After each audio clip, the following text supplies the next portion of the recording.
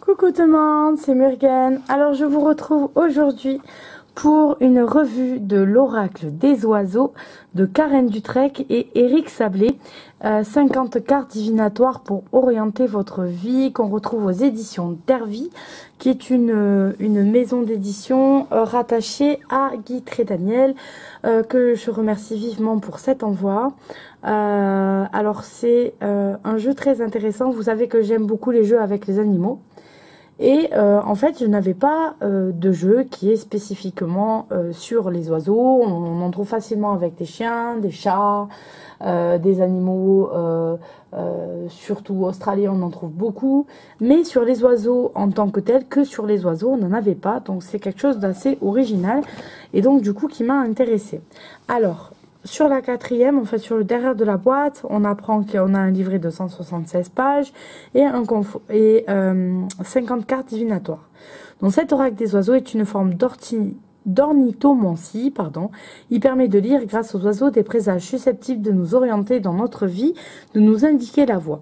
En tirant une ou plusieurs cartes de l'oracle des oiseaux, nous serons éclairés sur les événements que nous vivons et pourrons mieux nous orienter dans notre quotidien.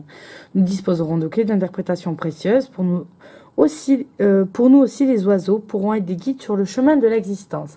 Alors c'est vrai que depuis de nombreuses années, et on nous en parle un petit peu dans le livre, donc on a une boîte en dur, bien remplie jusqu'au bout, par un joli livret assez épais comme vous pouvez le voir, et les cartes qui remplissent toute la boîte.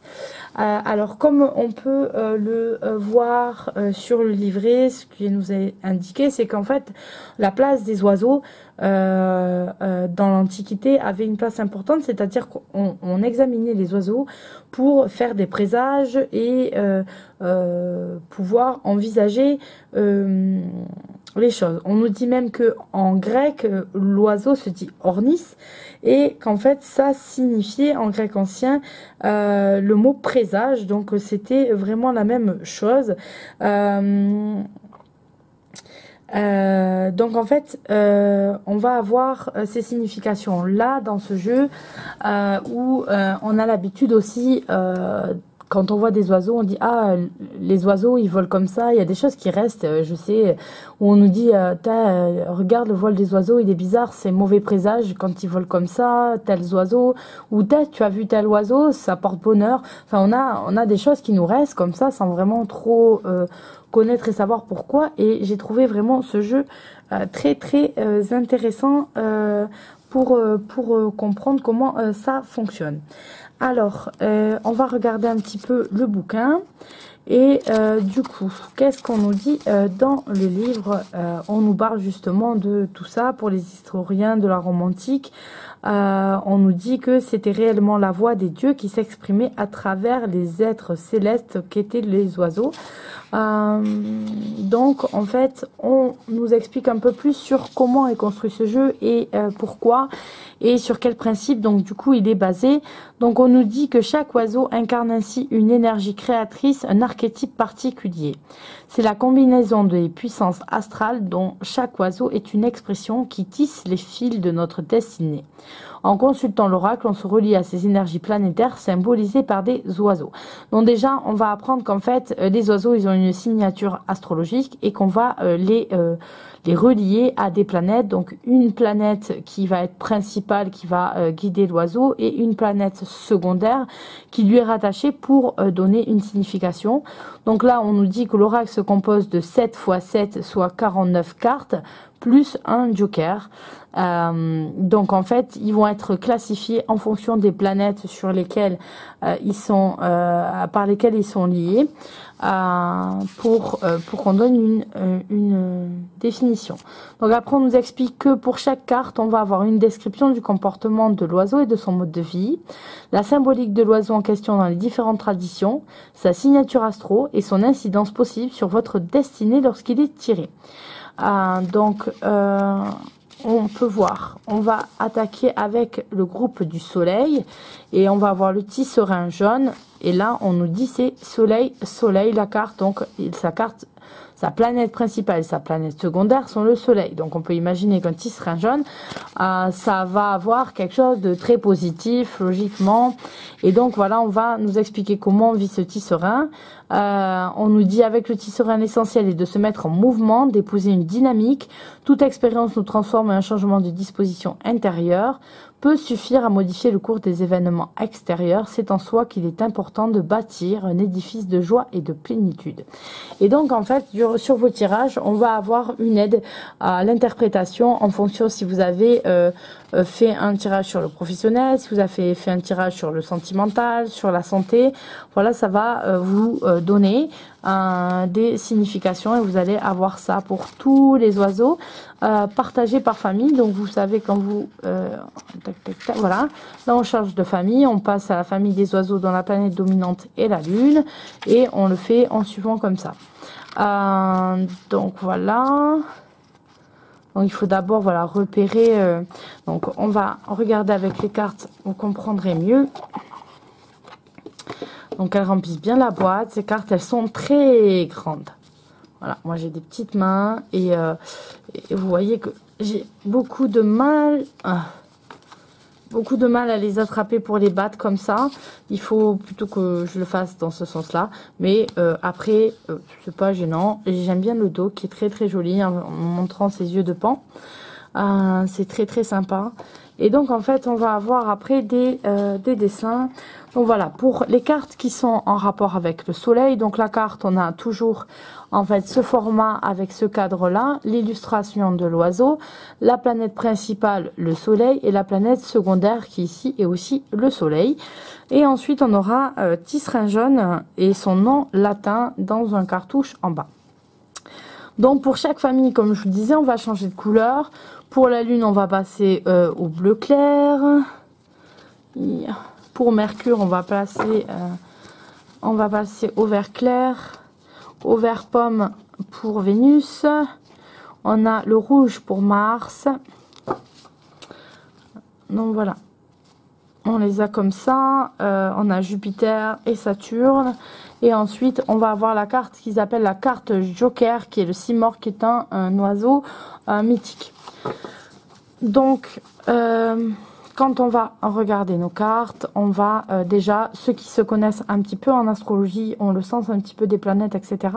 Ça peut aussi les aider à lire avec ce jeu. Donc on voit que c'est un jeu qui est quand même complet. Il y a 50 cartes, toutes bien définies, avec des explications. Donc moi je trouve déjà très intéressant. J'ai feuilleté pour lire un petit peu les oiseaux. Puis j'aime bien... certains oiseaux, voir comment ils vivent, etc. Bon, ben, vous savez que j'aime bien les animaux et donc j'ai la chance de, quand je travaille moi, de traverser des routes de forêt et d'avoir la chance d'avoir des animaux qui de temps en temps traversent ou des oiseaux, voilà, des rapaces, des petits lapins, ça peut être n'importe quoi, qui passent comme ça et je trouve toujours ça comme un cadeau en fait dans ma journée d'avoir vu un animal voilà en passant. Donc on va avoir tous les animaux solaires, donc on va avoir par exemple l'albatros, lui on voit la couleur qu'il est dominé par le soleil et on a le symbole du soleil qui est là et on a ensuite sa planète secondaire et la lune. Donc là on a les inséparables, ils sont tellement mignons. Ah j'adore les inséparables, c'est trop trop joli. Ils ont bien fait de les mettre là, ils sont trop beaux. Le chardonneret. Alors, en plus j'aime bien parce que du coup j'apprends, parce que je suis un peu nulle avec les oiseaux. Les trucs basiques ça va, mais après un petit peu plus poussé, je suis nulle, le cri des oiseaux aussi. Donc ça m'aide pas mal. Le faucon pèlerin. On a des couleurs qui sont assez douces. Hein. Je pense qu'il y a de l'aquarelle pour ces peintures-là. Engoulevent d'Europe, le héron cendré, le ibis sacré, le maquereux moine. J'adorais cet oiseau quand j'étais petite. Je ne sais pas pourquoi, mais j'adorais vraiment, vraiment cet oiseau. Le goéland argenté.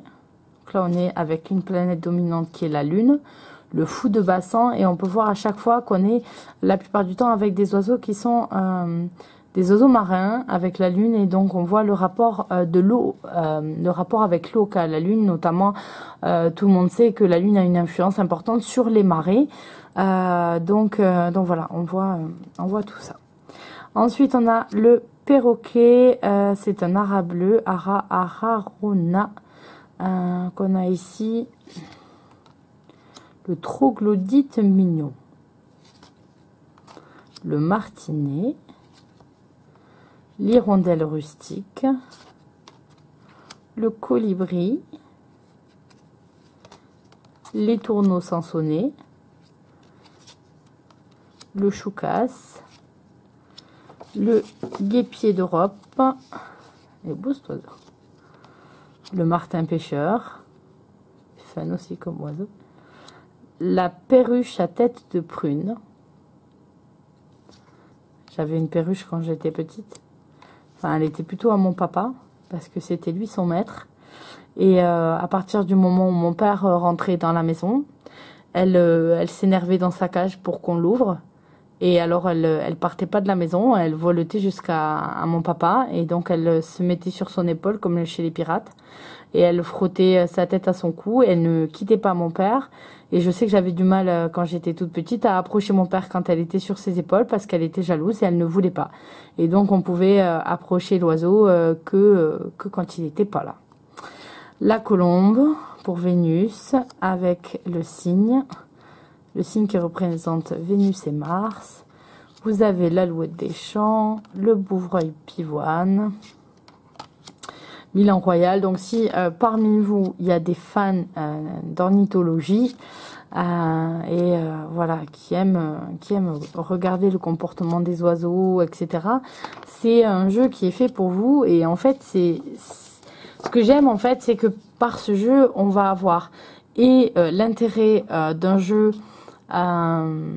de cartes pour tous les passionnés de cartes. On a en plus les relations astrologiques. Donc si vous aimez les deux, vous pouvez travailler déjà avec ce jeu comme ça.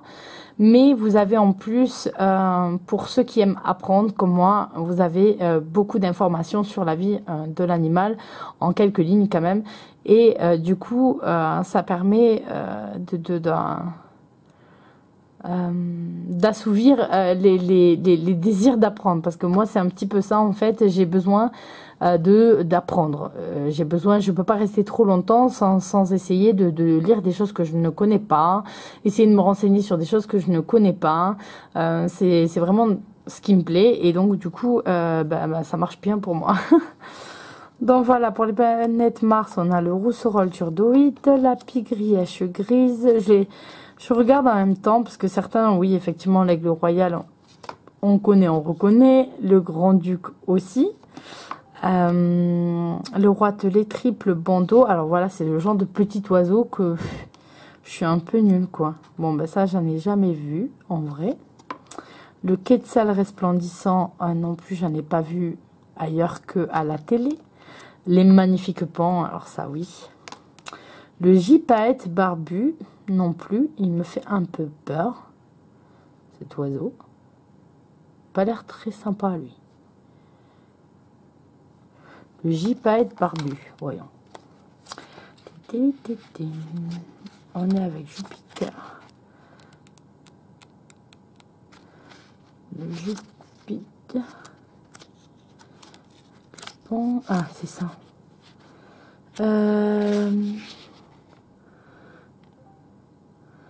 Question de mûrissement, transmission d'engagement.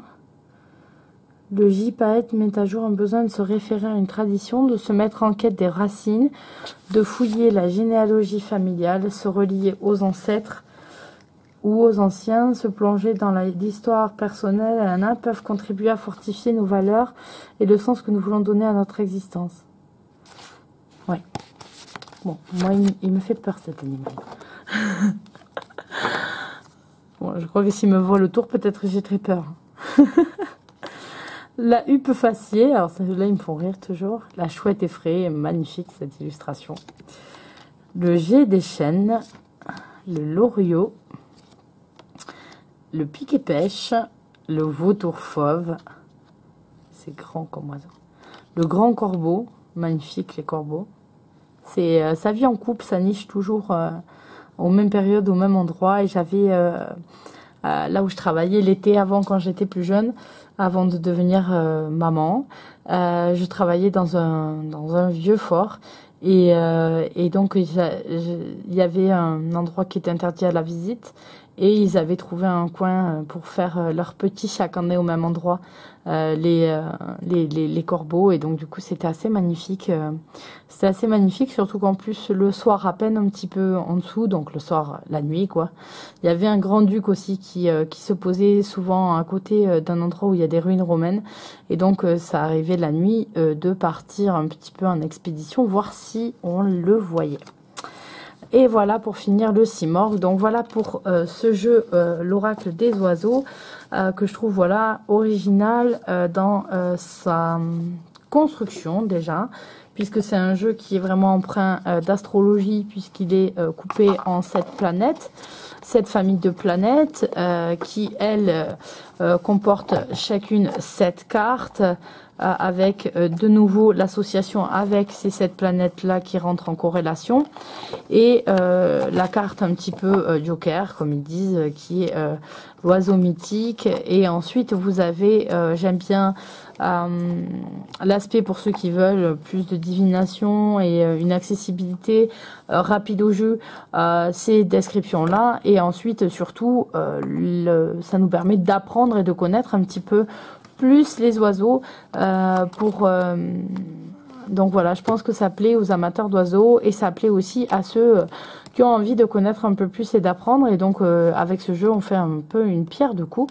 Donc c'est un très très très joli jeu, et je pense que aussi ça fait partie des jeux dont je me servirai, voilà, pour des petits tirages